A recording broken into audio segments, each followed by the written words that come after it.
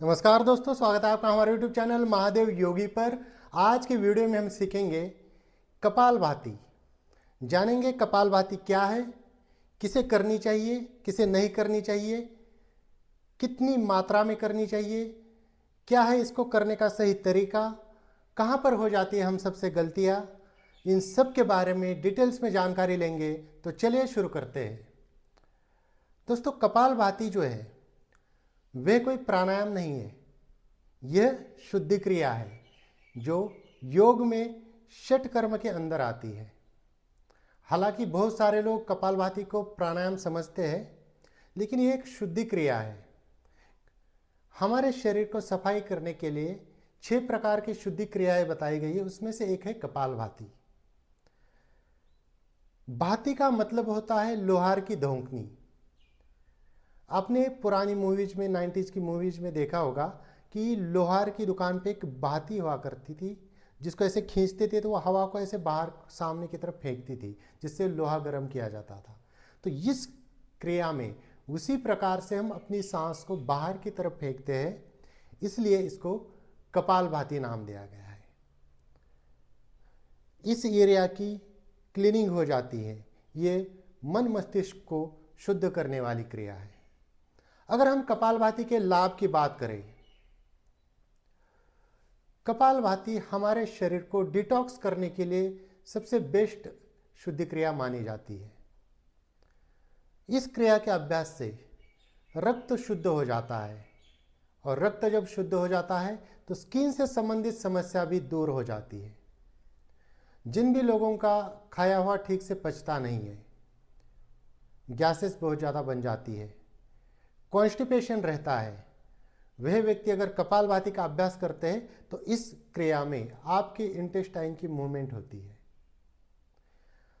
Digestion power बढ़ जाएगी, खाया हुआ ठीक से पचेगा, गैस नहीं बनेगी और कॉन्स्टिपेशन भी दूर हो जाएगा। इसके अलावा थोड़ा सा भी काम करने से, थोड़ा सा भी वर्कआउट करने से, थोड़ी सी भी मूवमेंट करने से या चलने से, दौड़ने से जिनकी सांस बहुत जल्दी फूल जाती है, सीढ़ियाँ चढ़ते हैं तो सांस एकदम से फूल जाती है, हाँफने लगते हैं, लंग्स की कैपेसिटी बहुत कम है, ऐसे व्यक्ति अगर नियमित रूप से कपालभाति का अभ्यास करते हैं तो उनका स्टैमिना बढ़ जाता है, लंग्स की कैपेसिटी बढ़ जाती है। कपालभाति का अभ्यास करने से मस्तिष्क और हमारे कान, नाक और मुख से संबंधित जितने भी विकार हैं वे दूर हो जाते हैं। इस क्रिया के अभ्यास से याददाश्त बढ़ जाती है, आपकी पिनियल ग्लैंड्स और पिट्यूटरी ग्लैंड्स भी सुचारू रूप से कार्य करने लगती है। शरीर में अगर कहीं पर भी गांठें हैं, ब्लॉकेज है, ब्लड फ्लो ठीक से नहीं हो रहा, ऐसी अवस्था में भी अगर कपालभाति करते हैं तो ब्लड सर्कुलेशन इम्प्रूव हो जाता है, गांठें बनती नहीं आपके शरीर में, सारी नसों नाड़ियाँ खुल जाती है और आपके शरीर के प्रत्येक अंग प्रत्यंग को शुद्ध खून की सप्लाई हो जाती है। इस क्रिया को अभ्यास से आपके अंतःस्रावी ग्रंथियां सुचारू रूप से कार्य करने लगती है। इस क्रिया से डायरेक्टली और इनडायरेक्टली बहुत सारी समस्याओं में लाभ मिलता है। सावधानियां क्या रखनी चाहिए या किससे नहीं करना चाहिए ये क्रिया? जिन व्यक्तियों को हाई ब्लड प्रेशर की समस्या है, उन व्यक्तियों को कपालभाति का ज़्यादा अभ्यास नहीं करना चाहिए। करना भी है किसी विशेषज्ञ के सानिध्य में स्लो स्पीड के साथ ही करना चाहिए। जिन व्यक्तियों की कोई मेजर सर्जरी हुई है हृदय से संबंधित, ऐसे व्यक्ति को इस क्रिया का अभ्यास नहीं करना चाहिए। गर्भवती महिलाएं या अन्य किसी क्रोनिक डिजीज से पीड़ित व्यक्ति है, ऐसे व्यक्तियों को भी इसका अभ्यास एक विशेष अच्छे योग गुरु के सानिध्य में ही करना चाहिए।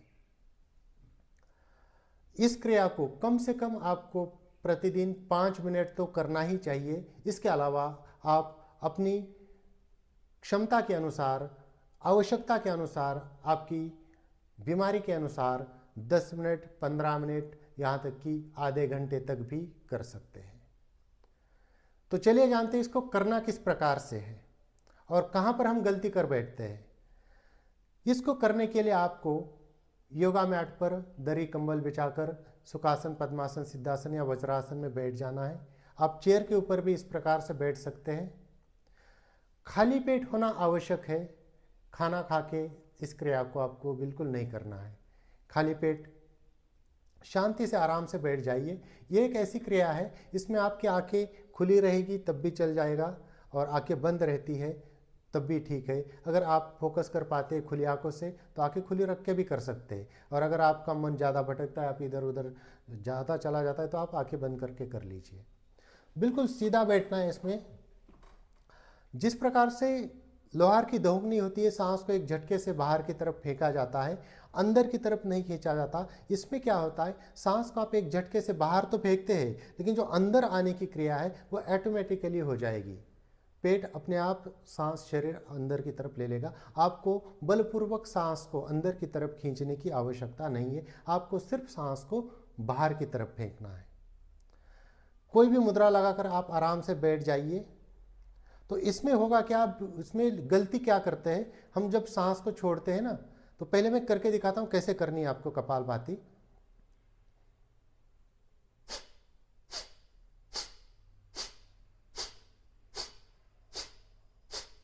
अब देखिए लोग इसमें गलती क्या करते हैं कि इसको करते वक्त मुंह को टेढ़ा मेढ़ा बनाते,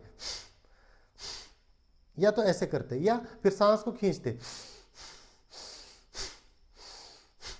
ऐसे भी नहीं करना, बिल्कुल शांति से आराम से बैठकर इस प्रकार से। अब ये जो पेट पे जो स्ट्रोक लगता है, जब पेट आपका अंदर की तरफ पिचकता है, वो स्ट्रोक लोग क्या करते हैं कि या तो चेस्ट से झटका देंगे या अपर स्टमक से देंगे। नाभि के हिस्से नीचे वाला जो आपका पेट है वहां पर ऐसे स्ट्रोक लगेगा। ऐसे आप हाथ रख के ऐसे देख सकते हैं, नाभि से नीचे वाला जो पेट है वो अंदर की तरफ पुश हो जाएगा, और जो सांस है वो अपने आप आ जाएगी। आपकी कंधों की मूवमेंट इसमें नहीं होगी। कुछ लोग ऐसा भी करते, ऐसे नहीं करना है, बॉडी स्थिर रहेगी। करना कैसे है, मान लीजिए आपके नाक के सामने अगर कोई चीज आ जाती है, कोई मक्खी आ जाती है, उसको आपको भगाना है श्वास छोड़ के, या कैंडल जली हुई कैंडल है उसको बुझाना है अपनी नाक से, तो कैसे बुझाएंगे, जोर से सांस छोड़ेंगे ना उसके ऊपर। तो बस वही है, सीधा बैठकर आराम से शांति से। बहुत जबरदस्ती एक्स्ट्रा एफर्ट लगाने की इसमें बिल्कुल भी आवश्यकता नहीं है। अब इसकी स्पीड क्या होनी चाहिए, यह बड़ा विशेष है। इसकी जो स्पीड है नॉर्मल व्यक्ति के लिए 1 मिनट में 60 से कम नहीं और 120 से ज़्यादा नहीं, इनके बीच में अगर स्पीड आ रही है तो नॉर्मल है। लेकिन जो हाई ब्लड प्रेशर के मरीज है या किसी क्रोनिक डिजीज से ग्रस्त है, वो क्या करेंगे, उनकी जो स्पीड होगी वो लगभग 30 से 40 स्ट्रोक प्रति मिनट ही होगी। हाई ब्लड प्रेशर वाले भी इसको कर सकते हैं, लेकिन इस गति से, स्लो स्पीड से। जैसे हाई ब्लड प्रेशर वाले हैं वो ऐसा करें,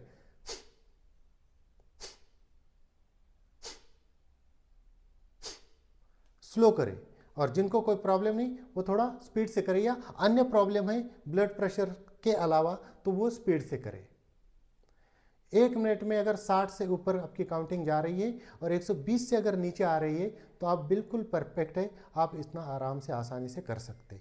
अब होता क्या है कि कोई योग शिक्षक अपने अनुभव के आधार पर किसी बुजुर्ग व्यक्ति को कपालभाति कराने जाता है, तो उस सामने वाले अभ्यासी की कंडीशन देखकर, आयु देखकर, व्याधि देखकर इसमें थोड़ा सा बदलाव किया जाता है। जैसे मान लीजिए कोई बुजुर्ग व्यक्ति है, व्याधि से ग्रस्त है, स्टेमिना नहीं है, क्षमता नहीं है, तो उनको वो किस प्रकार से सिखाएंगे कि आप थोड़ा थोड़ा करके कीजिए। आप 10 स्ट्रोक दीजिए, फिर थोड़ा सा ब्रेक लीजिए, या आप 25 स्ट्रोक के बाद ब्रेक ले लीजिए, इस प्रकार से सिखाया।